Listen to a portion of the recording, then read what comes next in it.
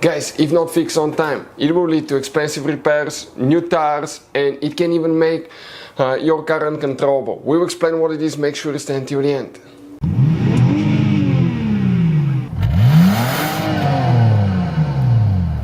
Hey guys, welcome back to World Mechanics. Super quick, very helpful video to any of you trying to figure out how to replace sway bar bushing on Dodge vehicle, guys. Now, we're talking about multiple Dodge models will use that design. Some may differ, but it will apply to many of them as well. Now, if that bushing is worn, you may hear a noise rattling play in the sway bar, or sometimes you may hear creaking, squeaking, and popping noises coming out of there as well. We'll cover that today. Our mission in the garage, guys, is to save you as much money as we can. That's why we make these free videos. All we need in return, subscribe to the channel, like the video, that way we can keep making these free videos. Let's start on it now. So guys, Dodge, Jeep, Chrysler, they're built by the same company, Stellantis, so many of the things will work the same or they will be interchangeable even, guys. Now, if you guys, for instance, we just finished working on a Jeep Cherokee right here. If you have any questions, drop a comment below, guys. But here on our channel, every single car we get at the garage, we try to make at least 200 to 300 free repair videos. We take them completely apart. We show you how to fix engines, transmissions, fuses, relays, and we have more than 19,000 free repair videos on our channels. Check them out. Our mission, guys, is to save you as much money as we can. All we need in return, subscribe to the channel, like the video, that way we can keep making these free videos, guys. By the way, if you need to buy any replacement parts and tools, we'll share the information in the description of the video below. Check it out and you can see where we get most of our tools and supplies from as well. So let's start on it now. We need to go ahead and remove the nuts. Now, one here, one on the bottom side. And when you start getting that nut loose, that sway bar, joint here, the ball joint will start spinning. So you need to hold it with a 10mm wrench. Some will be with an Allen wrench, some with a Torx, depending on if you have aftermarket ones or not. If you have the vehicle all the way in the air, both front tires in the air, it will be really easy. If you just jack on one side and try to replace it when you get it loose, you have a lot of tension on the sway bar and you have to use a big pry bar, which is inconvenient. So try to do both at the same time and always use jack stands or anything like that. We're using here quick jack. So we have the car in the air, which is very convenient. So 21mm in our case, guys, and we're going to start, getting that one loose. Now, it will be quite tight. Be mentally prepared, guys, You might need to spray them with penetrating oil. Interphone is amazing. It's expensive, but it's really good. We'll have a link in the description of the video below where you can get it from. 10mm wrench now holding here, because what happens, guys, now, you see, it's spinning there, so we're holding it. I'm going to go ahead and hold it in the back, so it doesn't move. And we're slowly removing that nut. When you don't have rust and stuff, we soak towels overnight, clean them, they will come off really easy. Those are self-locking nuts, by the way, so they will not go easy. Just be prepared, mentally prepared. But you see, we are working on it. So, towards the end of that one, and the nut will come off in a little bit.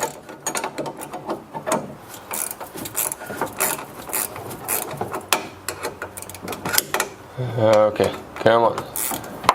Now the other one is a little bit more inconvenient. It's on the bottom, so the nut will come off by hand. Perfect. On the bottom side, let's turn the wheel. See if we can turn it the other way now. Perfect. On the bottom side, we need to come through the front there. So let me go ahead, move that tire out of the way, and here what we'll be using, the same thing, the same design, the same concept, 21mm wrench and the 10mm wrench as well. Right there, and we will need the hammer probably too, depending on how tight it is. Let's see now. Quite tight, so hammer will need to be there as well.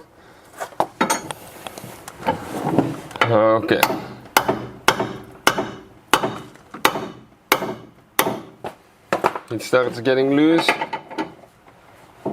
and starts spinning. So the moment it starts spinning, that's because those old ball joints developed quite a bit of wear and play, and they will be easy to start spinning because they have a self-locking nut as well. Okay, careful for the sway bar not to flop and destroy your boot for the inner tie rod as well. Do you see, that's what we're doing now. Working on that thing. Almost ready, guys.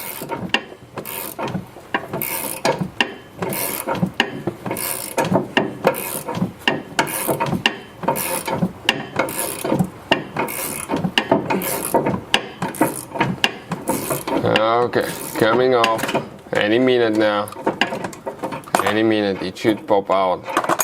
Perfect. Sway bar link came out. Okay, this is the old one. Okay, let me grab it, and it's right here. Okay, we'll be replacing with a new one as well. For the bushing now we need to remove that thermal shield. 8mm socket here. Okay, we need to remove that bolt. One came out, one in the back. Okay, there is another one in the back with 8mm as well towards the bottom. That's on the left side, the passenger side. The one on the outside will be on the bottom and the other one on top, they're reversed. But you just have two 8mm, two bolts with 8mm wrench that hold, okay, that shield plate. And here now, okay, we have two bolts with 18mm.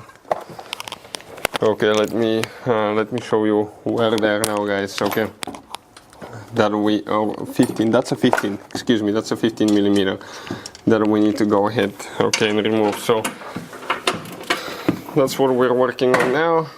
Just getting this loose so we can get to that bushing and remove it.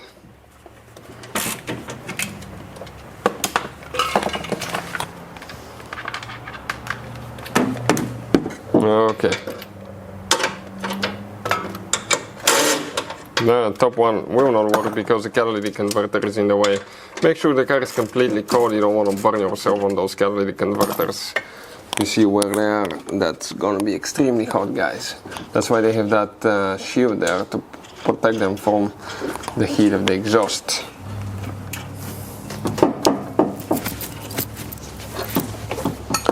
So, removing the bottom one now, and it should come off, okay, any minute. Let's see now. Okay, right there. Now, the sway bar will not move usually, but we have the other side removed at the same time so we can clean it and stuff. But if you remove both of them at the same time, it will come off. Now, you can see right here. Okay, we need to open that one now. Okay, it will be stuck some. So, I need to get a screwdriver, let me see. Okay, and inside it's the bushing. If you do one at a time, you will not need to remove the sway bar, okay? But we want to clean everything, and we got them both at the same time to inspect everything and clean them. But that's the bushing that came out just like that. So guys, as you can see, the sway bar bushing, that's how we replace it on that Dodge. Many Dodge models will use that concept. If you want to remove the whole sway bar, you just disconnect both links on left, right side, on the driver passenger side, and both bushings, and it's ready to come out most of the times. That's how we remove that bushing. Putting it together is in reverse order. We took it apart, guys.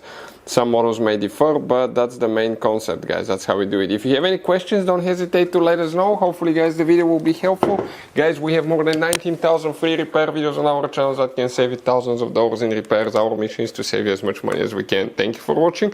See you next time.